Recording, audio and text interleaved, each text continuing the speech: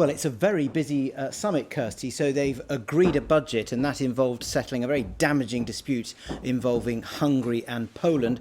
Around about 2 hours ago, the 27 EU leaders went into dinner, and climate change was the top item, the first item to discuss there. Now, Ursula von der Leyen, the European Commission President, who of course had dinner with Boris Johnson in Brussels last night, she is due to give a debrief to that dinner on her discussions with Boris Johnson. The mood in Brussels appears to be pretty gloomy. It looks like Ursula von der Leyen and Michel Barnier, who's the EU's chief negotiator, Brexit negotiator, were not exactly impressed by what they heard from the British side last night. So as you were saying, the European Commission outlined its contingency plans for no deal on the 1st of January earlier today. They had ideas like ease of access on a temporary basis for hauliers, but that would mean that the UK would need to abide by those level playing field commitments, and that you'd have the status quo on fisheries for a year.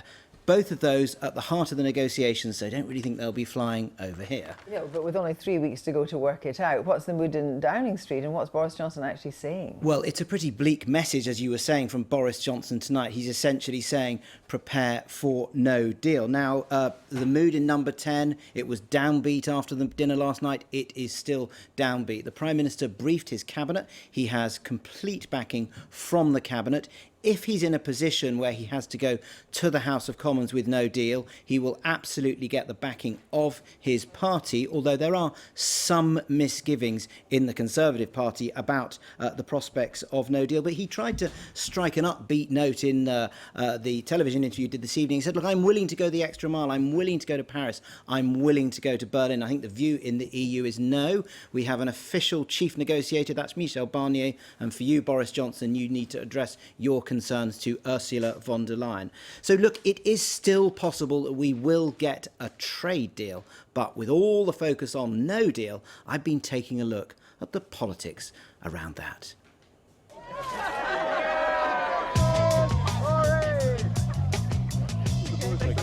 A midsummer's political revolution. Now the great thing about me is tempered with assurances for those of a cautious disposition. We can win. We can win. Vote Leave went the cry for a new era in relations with the EU, not severance. Is it better for Britain to remain in Europe as it currently is, or is there a way that we could actually get a better deal? As our European friends adjust to the referendum result, they'll quickly calculate that it's in their own interest to maintain the current free trade arrangements that they enjoy with the UK. And a Brexit without a trade deal was dismissed out of hand by Brexiteers who promised the easiest such deal in history. But now the prospect of no EU trade deal as negotiations become stuck on how to observe common standards without compromising UK sovereignty. I'm a bit more gloomy today, as far as I can hear. There's no progress made the recent days. It's problematic, of course. I do think that we need to be very, very clear. There's now a strong possibility that we will have a solution that's much more like an Australian relationship with the EU than a Canadian relationship with the EU. A pretty strong message here in Downing Street tonight from Boris Johnson, who still insists he does want a trade deal with the EU. But he's also making clear that Britain has nothing to fear if, in his eyes, we venture once again onto the oceans, unencumbered by formal links with the EU. A failure to reach a deal would mark a monumental moment in the UK's troubled relations with our continental neighbours. And there are nerves on the Tory benches and amongst ministers that the impact would be felt quickly and deeply, and responsibility would soon lie with the father of Brexit. No deal, I think, would be disastrous for the country. I mean, a 2% hit to the economy is very serious. Increased prices, making it harder to sell, lack of access to security databases.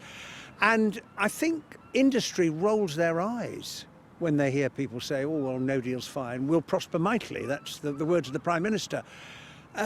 Why would any government want to inflict that on an economy that's already struggling with the worst economic crisis in 300 years? It's really unthinkable. What he would have done was to have done... A veteran Brexiteer believes Boris Johnson is confident that his hero Winston Churchill, the subject of one of his books, would support no deal. What Boris Johnson does in his book is to say, if I ask myself, what is the great guiding force within Churchill's mind about the way in which Europe has evolved, I say to myself, he would say, and he says in the book, democracy and freedom is the bedrock on which our system functions in the UK, our democracy functions. And he clearly, it makes it quite clear in his book that he believes that that would be the touchstone on which Churchill would have made his decision in our time. All quiet as the clock ticks down to another Brexit deadline. For now, the mood in both camps is dark. Nick, what? Well, if the new buzz phrase for a no-deal Brexit is the Australian option, another phrase revived from 2019 is dynamic alignment, beloved of President Macron, and it is a bright red line for the UK. It essentially means that regulatory standards will move in the same direction after January the 1st, 2021. So here's our diplomatic editor, Mark Urban, to tell us more about it. Mark. Kirsty, as the two sides work out how they'll manage trade as they move apart, they've gone down a rabbit hole. It's abstract stuff, and if you find it hard to understand, so do many people even in EU governments, which is why Michel Barnier and others use so many metaphors. So we'll borrow some of those. The level playing field is the EU's concept for stopping the UK undercutting its members by boosting state aid to certain industries or weakening environmental, labour and other regulations. That speaks to their darkest fear of being outcompeted by a swashbuckling Singapore-on-Thames. So, on the 1st of January, when the conscious uncoupling begins, the EU would like to keep the UK economy running in the same direction as the EU one. Under Theresa May, they even got the UK to agree to dynamic alignment, which meant our regulations would shadow theirs as both sides steamed into the future. But that was in return for what effectively was a customs union, offering frictionless trade on both sides. When Boris Johnson took over, he ditched that close partnership vision and said he could not agree to dynamic alignment, but only to something called non-regression. Now, to use our own tortured metaphor, that meant he wouldn't set the UK train running backwards into breakneck deregulation. He would honour all EU rules in place at the end of this year. But European countries, particularly France, wouldn't accept that no going back pledge. What if the EU and UK started to drift further and further apart going forward? Enter Monsieur Barnier with the toolbox. That's his metaphor, containing dispute handling devices, including the ability to slap tariffs on goods. The idea, he said, was that these could be used like a ratchet to bring both sides back closer together again and heading in the same direction. And at this point, the talks effectively were derailed by both sides' theories, really. The UK one of near absolute sovereignty and the EU one of trying through level playing field provisions to manage competition from an ex-member. Here's former UK negotiator Raoul Ruparel. I think both sides have dug themselves into pretty difficult positions. I think on both sides, though, it seems like an odd ditch to die in, to be honest. On the UK side, it's a bit strange to accept no deal and tariffs on day one due to the threat of some potential future tariffs down the line. But similarly on the EU side, this is a last-minute demand that they've put in, having previously been focused purely on the non-regression and a non-binding sort of ratchet clause. What's remarkable about all of this is that historically the UK has given far less state aid than many EU states like Germany. It aspires to global leadership in environmental regulation, not slipping behind others, and would surely not wish to deliver workers in red wall seats into sweatshops. Why doesn't the EU just take that as read? Some cite a distrust of Mr Johnson born of his internal market bill. Others suggest a nervousness about their own competitiveness. Ultimately, though, the EU machinery just has an inherent tendency to want to codify and legislate for almost everything, giving rise to the old Brussels negotiating joke, Yes, I can see how this might work in practice, but what about in theory? And it's their ideology, coupled with British notions of near unbridled sovereignty, that'll have to be compromised to avoid no deal. Kirsty. Mark, thanks very much. Well, joining me now is former Brexit Party MEP Ben Habib, former Permanent Secretary of the Department of Exiting the European Union, Claire Moriarty, and David Campbell-Bannerman, who, as a former Conservative MEP, was closely involved in the passing of CETA, the EU's trade deal with Canada. Good evening to you all. Claire Moriarty, first of all. You were involved in preparations for leaving. It has to be said you were not negotiating. But was there a point where we should actually have ramped up preparations for a no deal and we didn't do it? I think there's been a huge amount of preparation for no deal going back for really a long time. If you think about it in phases, the first phase of very serious preparation for no deal ran from the autumn of 2018 through to running up to the 29th of March 2019. I described it in DEFRA, where I was at the time, as putting a virtual reality headset on the entire department to make sure that we just focused on making sure that the department was as prepared as possible with the systems in place, the policies in place. And there was a huge push at that point. There was another major effort of preparation for a potential no deal exit running up to the 31st of October 2019. With a very kind of planned and programmatic approach. And I think, although obviously we didn't leave without a deal at that point, it was clear that the government wasn't looking for a high alignment future relationship, and that a lot of the work that had been done, the systems, the policies, and crucially working with citizens and businesses to be ready for the future was actually going to be equally applicable, whatever the outcome of negotiations would be. So certainly when I left the civil service in the spring of this year, the expectation was that all of that work to test the systems, to make sure that everything was properly embedded, and to ensure that people were as prepared as possible for the future, all of that was ongoing. So are people ready now? I mean, it seems that there's a lot of uncertainty, a lot of unease. Boris Johnson is saying, we need people now, we need firms now to prepare for a no deal. Well, people are saying they don't have the tools yet. They don't have the decisions they need to make their own plans. So I think there's a number of factors. I mean, obviously, I was talking about what was happening at the beginning of 2020, when the expectation was that this year would very much be about a year of preparing, for using the transition period and preparing for our exit. Nobody knew at that point how much of everybody's bandwidth, from the civil servants, local government, but also, every person in the country, every business in the country, how much bandwidth was going to be taken up by COVID. So I think probably preparations that everyone's been able to make are less far advanced than they might have been. There is always, however much you prepare, there are always going to be unknowns. And so, the principle that you plan for what you can see and you prepare for what you can't see. So there is inevitably an element of that. And there are a lot of things which depend on decisions that have to be made by the EU, where for a variety of reasons, those decisions may not yet have been taken, partly because for as long as negotiations continue and people are throwing themselves into trying to reach a deal, the EU may decide not to take some of the decisions that will be associated with a no deal outcome. But briefly, on the counterpoint, given how far apart we clearly are, and it's been a position that's been far apart now, we know, for a very long time, should more effort have been made, do you think, in the negotiations 6 months ago to overcome some of these problems?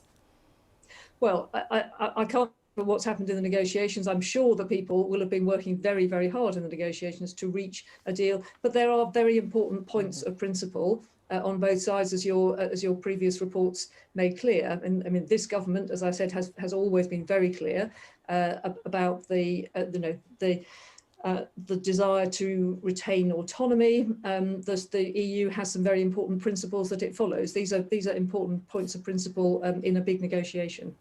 David Campbell-Bannerman, I mean, how have we got from the point where last June Boris Johnson, in his own words, was saying there is 1,000,000 to 1 chance of a no deal, to today saying there's a strong possibility of a no deal, or a strong possibility of the Australian option? I mean, how have we got so far from that original thought? Well, I think it's actually sort of no deal for now. You have to remember Australia is actually negotiating with the EU as we speak to get a free trade agreement. Most of the world starts from WTO rules and does an FTA, a free trade agreement, from that position. And that's looking like where we'll end up. You know, we'll be in no deal for a bit for now, and then hopefully we'll agree a proper free trade agreement. I think what's happening is the council that is meeting now, today and tomorrow, are really to blame for this, because they've set some impossible guidelines to Mr. Barnier and von der Leyen. And they really need to look at it, because these are not present in the Australian deal that's been negotiated, or New Zealand, or Japan they've just done, or Canada. And Lord Frost has kept it very close to that and negotiated very cleverly on this. I really do blame the EU for the way they're behaving on this. But on the flip side, do you think the UK underestimated just how thorough, just how desperate the EU was to make sure the single market was intact? Well, you have to remember, I don't think the EU is being realistic. I want a trade deal. I wanted Super Canada, bigger, better, wider than the Canadian deal, which I worked on. I met Mr. Trudeau, etc. on that. But instead, they're offering a very thin free trade agreement. And I don't think they behave properly on it. And, you know, to try and tie us into EU laws is ridiculous. The fishing, I mean, that is done under United Nations law, not EU law. It's only the fish that's caught, actually, that's relevant to trade. So I think they're being totally unrealistic. And you have to remember, we will become the second largest export market for the UK, for the EU in the world from the 1st of January. They seem to have forgotten that fact. Let me bring in Ben Habib here. The truth is, no side wants no deal. Well, actually, I don't think no deal is a bad outcome. I'm delighted Claire says that the government has been making preparations for no deal. Actually, my interpretation of what's been going on is that they're hopelessly unprepared. I had lunch with Michael Gove. Actually, this is when I really got engaged in politics for the first time. I had lunch with Michael Gove in June 2018. And at the end of lunch, I asked him, what no-deal planning is the UK doing? And he said, well, actually, we don't need to do any no-deal planning because we're going to get a deal. And I asked cabinet ministers every month following that lunch, all the way through to November 2018, including Stephen Barclay, who gave me the same answer. And I just want to say this. If we were ready for no deal, if we'd planned for it, our fishing fleets would be ready to go and catch our fish. We don't have enough fishing capacity right now. We haven't, but we've had 4 years to get ready to take back control of our fishing waters. So why hasn't the government put in place apprenticeships, grants, loans? Why hasn't it re-engineered our fishing fleet so that the 186 coastal communities could actually now take advantage of the no deal and take advantage of British fish as they haven't been able to do for the last 40 years? You have said, you have written that 100% of the people in this country are going to get behind a no deal. I said the collective will of the British people would get behind a no deal. But what evidence do you have for that? Well, they will absolutely get behind it because when I talk about the collective will of the British people, I'm talking about the British people as a whole. And I said 2 lines later in the article that actually Remainers, there would be hardcore Remainers who wouldn't get behind it. But the reality is this: we voted to leave the EU in order to diverge from the European Union. The European Union is an ever greater regulated body. The way it empowers itself and the way it strips power from member states. 43% of our exports go to the EU. They're our most valuable trading partner. Sure, the closest alignment that we can have for them presumably will be better for our trade. No, not at all. We run £100 billion deficit every year with the European Union. That is bad for the United Kingdom, and we need to put that right. The only way... How are we going to put that deficit right with the myriad small trade deals? The only way we can put that deficit right is if we diverge from what they call the level playing field, so that we can put in policies for British businesses that prevent effectively dumping of German goods because of an artificially weakened euro into the United Kingdom. The EU has a mercantilist approach to trade. They don't see it as two-way. They want British money in their pockets and they want to sell us their goods. David Campbell-Bannerman, if the UK is not prepared to trade on sovereignty, even a fraction. Was a deal really ever possible? Is a deal still possible? Yes, I mean, what I would say is, what the EU has done is just treat us differently to Canada, to Australia, to Japan. We are now a sovereign, independent country, and we need to be treated that way. And if you do that, then we can have a perfectly acceptable deal. We were offered basically a Super Canada deal, a great comprehensive deal, 3 times by Mr. Barnier and Mr. Tusk before. They've abandoned that. They've got a little worried about competition and us being super competitive. And that's what's caused a problem. I would say, by the way, only 7.5% of our GDP, of our national wealth, is trade with the EU. This is, it's 43%, you mentioned that, but that's exports. About 70% of our economy is actually trade within the UK. That's something for the SNP to wake up about. Because that is where the power is. So let's not go mad about this. Yes, some industries will be hit hard. We can help those under the terms of WTO. We can manage this. And actually, we have been prepared for about 4.5 years if you actually speak to civil servants. Well, let me just put an ex-civil servant. Let's give the ex-civil servant the final word. Do you think now, looking back on what you've seen and what you've been involved in, was a middle way or is a middle way ever possible? Sorry, a middle way between what and what? Well, between exiting with no deal to full alignment and full single market access.